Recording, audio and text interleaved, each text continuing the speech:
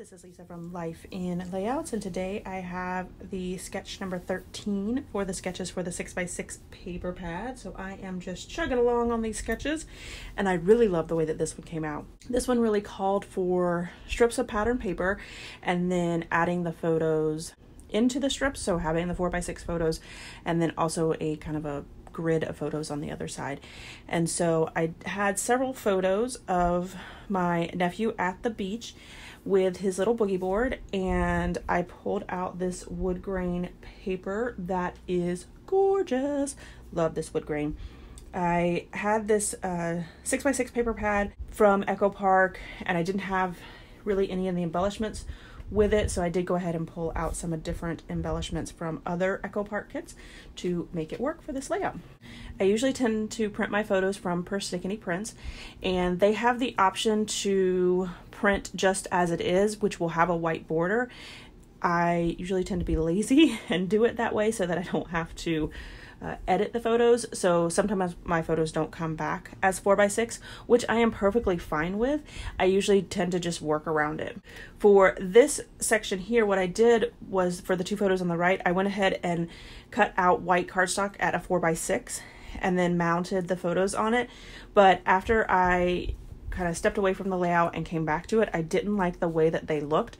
So I went ahead and cut a white piece of cardstock that was 6x8, which is the same dimension there, but it doesn't have that seam in the middle, and so the photos look more seamless in that section there.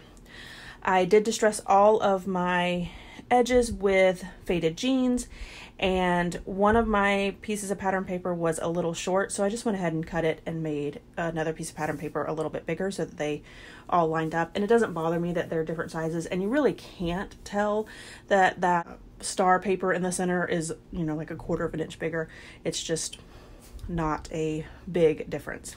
I did change up the sketch quite a bit in regards to where the embellishment goes, just simply because they weren't working for me and for my photos and the way that my nephew was looking at the camera. So you'll notice there that I kind of started out with the way the sketch is and then ended up changing it at the end. Because this is Allison Davis and she loves stitching, she had stitching on the sketch, so I went ahead and added a back stitch in 3 different places, and I used embroidery thread in red and navy, and I just love the way that they really pop on those pattern papers that they're on. I always use washi tape to ensure the embroidery thread on the back, just to make sure that it doesn't slip out or anything like that. So I went back and forth in regards to how this photo should be laid out, which side should be the left side, which side be the right side. I took up a lot of pieces on this several different times. And so you can see here where I'm just trying to figure out what works best for me. And I think that I have finally found it with having the title on the right hand side. And this is where I decide that I'm going to go ahead and just change it up a little bit. So you can also see that I am pulling out different Echo Park collections to try to make this work. That's what I love about Echo Park, and really any paper company. They always have the colors that match, so you can pull in from different collections. So if you have a collection that doesn't have a lot of embellishment, maybe you want to look at the embellishment pieces that you have from another collection in the same manufacturer. You might be surprised at what you can find. I went ahead and pulled out my star punch. I have a couple of star punches. I got most of these from Hobby Lobby or Tuesday Morning, and I just wanted to add a few additional embellishments. I felt like the stars really helped highlight or showcase the like teal color in this, and that's probably my favorite color in this pattern. I love the reds and the navies, and then that teal color just really pops against the red and navy, so I think that it is gorgeous. Once I get all of those stars down, I will start to work on my journaling, which is going to be on a little tag.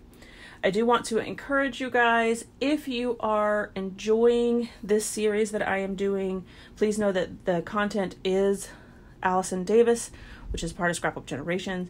She's a fabulous designer. I love everything about her, and I in no way want to steal her thunder because she is an amazing, amazing designer, and she has recently released a class 2 to this 6x6 sketches. So you do have to purchase the sketchbook, but if you do, then you can join the Facebook group.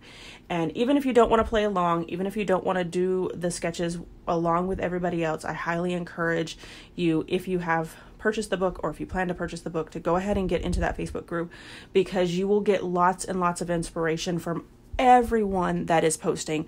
Every week there are hundreds and hundreds of layouts for each one of the sketches, and while some of them look exactly like the sketches, a majority of them have put their own twist on it and changed it up. And so if you're struggling with sketches, I guarantee that you're going to get a lot out of this class, and Allison has done an amazing job. All right, guys, so you just saw my final layouts as well as some close-ups.